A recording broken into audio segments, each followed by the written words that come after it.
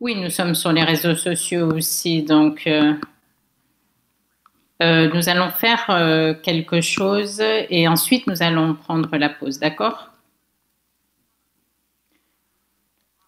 Donc notre deuxième spotlight, Kofi.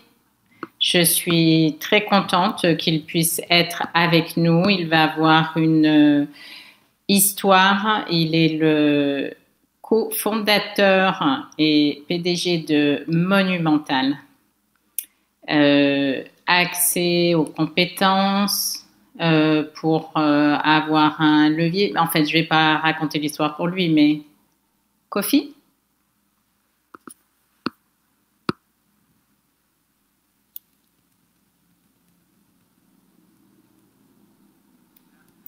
Bon après-midi à tous.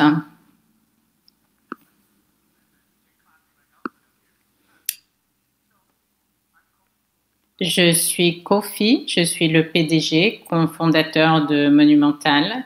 Nous sommes basés à Toronto et en fait, nous sommes vraiment le premier incubateur de développement immobilier pour personnes autochtones, noires et de couleur au Canada. Donc, au niveau des services sociaux, je suis le cofondateur et PDG au niveau du PANDC, c'est-à-dire les barrières complexes, l'instabilité et comment les aider à avoir un début de carrière plus stable. Au niveau de la communauté CRI aussi, je me rappelle avoir travaillé là-bas avec des éducateurs pour les jeunes et des travailleurs sociaux pour aider les jeunes au centre. Durant ces années, nous les supportions des centaines de jeunes et de difficultés et il n'y avait rien qui était le plus difficile que trouver des solutions lorsqu'une jeune personne avait une crise de logement. Ils arrivaient au centre avec tous leurs biens personnels. Parfois, nous ne savions pas, c'est seulement lorsqu'ils nous prenaient à part et nous en parlaient. Donc, ils nous disaient, je suis dans une situation qui n'est pas sécuritaire, dangereuse, je dois quitter. Dans tous ces cas, nous étions une équipe, nous cherchions en fait des solutions, nous appelions des contacts et nous étions en ligne en cherchant partout. C'était si difficile leur donner leurs besoins de base, c'est-à-dire sécurité, un logement dans une ville qui vit en fait par rapport au monde à une crise énorme du logement. Les statistiques montrent les communautés, surtout celles qui sont rationalisées, ce sont les populations noires et autochtones qui ont vraiment des défis de la discrimination et n'ont que très peu d'accès à l'achat de logements. Donc, au niveau de ma passion d'en apprendre plus sur le système d'hébergement, d'explorer des solutions, en fait, l'on parle de différentes générations de notre société aujourd'hui. Aujourd'hui, Monumental et Zara, en fait, nous nous retrouvons avec vraiment au niveau, en fait, de la construction des villes ou tout autre projet, en fait, dans le domaine du développement immobilier, pour avoir des milliers ou même plus d'espace pour ces populations. Dans cette industrie du développement immobilier, c'est-à-dire peut-être 10% de notre économie, 300 000 personnes qui travaillent avec ces différents groupes, ce que nous voyons, des différents rôles, c'était très évasif, non? Donc, nous pouvions vers qu'au niveau de la crise du logement, il y avait une sous-représentation en fait des personnes rationalisées, mais au niveau des leaders, donc il y avait un impact au niveau des difficultés de logement. C'est une industrie en fait qui étude après étude, qui a besoin d'innovation, de réflexion, de productivité et des pratiques d'affaires. Nous avons vu toutes ces données et nous avons fait peut-être il y a une opportunité. Donc nous avons contacté FFC. Nous croyons comprendre le problème des programmes de formation et autres. Nous savons que cela existe aux US, mais nous ne savons pas ce qui se fait ici. Pourrions-nous faire en fait des recherches? Nous sommes heureux qu'il l'ait, mais pourrions-nous l'explorer? Et ainsi, nous pouvons avoir leurs idées, leurs acquis professionnels et en fait les utiliser. Puis, c'est vrai, instinctivement, il y a un manque au niveau des personnes qui sont non représentées en termes de leaders. Nous avons vu donc au niveau du marché des opportunités. Et en fait, Toronto, par exemple, au Canada, nous avons mis des restrictions significatives en termes de construction d'édifices et particulièrement difficile au niveau des logements, peut-être 8 appartements 2 ou 3 étages à loyer modique dans des grandes villes à l'international. Il y en a très peu en Amérique du Nord. Donc, le milieu manquant, disons, c'est-à-dire pour une maison unifamiliale et les gratte-ciel de 30 étages. Donc, tout le monde sait qu'avoir d'autres édifices, c'est-à-dire ce qui nous manque, c'est une étape critique, la moyenne du milieu. Une échelle d'autant plus, en fait, possible pour certaines communautés. Les édifices, c'est énorme comme tâche. Et rassembler les fonds. Donc, nous connaissons des gens qui ont peut-être beaucoup d'argent. Non, c'est peut-être pas ceux qui vont venir investir, mais peut-être des gens qui ont un domicile, peut-être 2, et qui pourraient être convertis qu'aux 4 ou 5 familles. C'est peut-être pas facile, mais à cette échelle et à ce prix, c'est quelque chose qui est d'autant plus accessible pour des entrepreneurs qui en sont à leur premier projet. Donc, nous allons le rendre plus facile pour construire ce genre d'édifice et créer plus de motivation. Bingo, nous avons un problème clair. Donc, il manque en fait de personnes issues des communautés mentionnées, donc communautés noires et autochtones, au niveau des leaders et au niveau des compagnies. Donc, au niveau des entrepreneurs, nous en avons besoin et nous pensons que c'était un endroit qui pouvait être exploré en fait.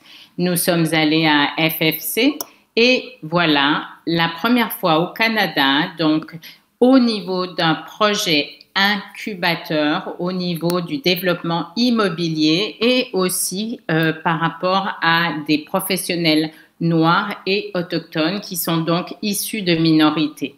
Aux États-Unis, nous avons utilisé les résultats, mais nous avons nous-mêmes produit nos recherches, contacté nos entrepreneurs et nous avons vécu du succès. C'est-à-dire, si vous faites ce genre de programme, nous avons besoin de 3 choses.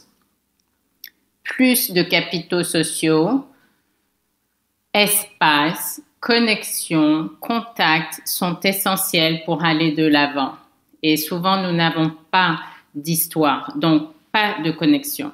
2, des formations en technologie ou technique, c'est-à-dire au niveau de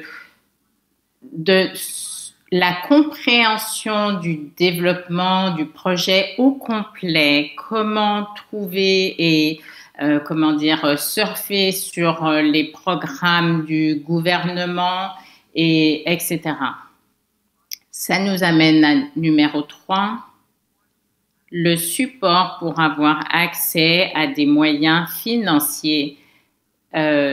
C'est-à-dire des prêteurs, c'est difficile. Donc, un contracteur qui a décidé en fait d'aller dans le développement immobilier et ils ont parlé d'un chèque et ensuite on a fermé la porte et 5 $50 000 en fait d'amende pour avoir livré trop tard, et au niveau des finances, c'est critique. Allons-y, nous allons construire un tel programme et voir en fait ces trois besoins. Le premier pilote, 30 individuels sur 25 projets, 150 applications. Le pilote, en fait, a eu des tas de succès, c'est-à-dire au niveau des résultats de l'immobilier, hébergement, tout ce qui a été approuvé au niveau des plans. Même la semaine dernière, l'un de nos personnes qui a gradué, imagine, je vais avoir l'opportunité de construire un édifice de 8 étages, quelque chose qu'il n'avait jamais cru possible.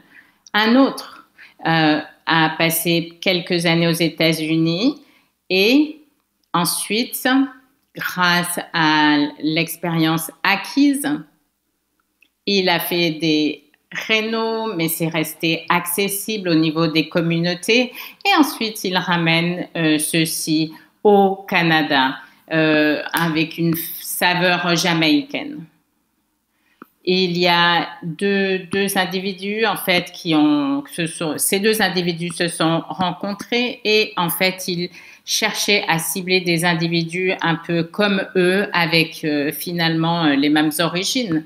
Tout ceci, ça fait partie des modèles de programme, une variété, des hébergements, repas, des expériences d'apprentissage, d'aller sur différents sites dans la ville et du mentorat. C'est un incubateur et grâce à ceci, cela est plus humain et il y a même des speakers qui sont présents ici, que ça soit la musique, la nourriture, en fait les connexions culturelles pour que tout soit établi et utilisé et à meilleur escient.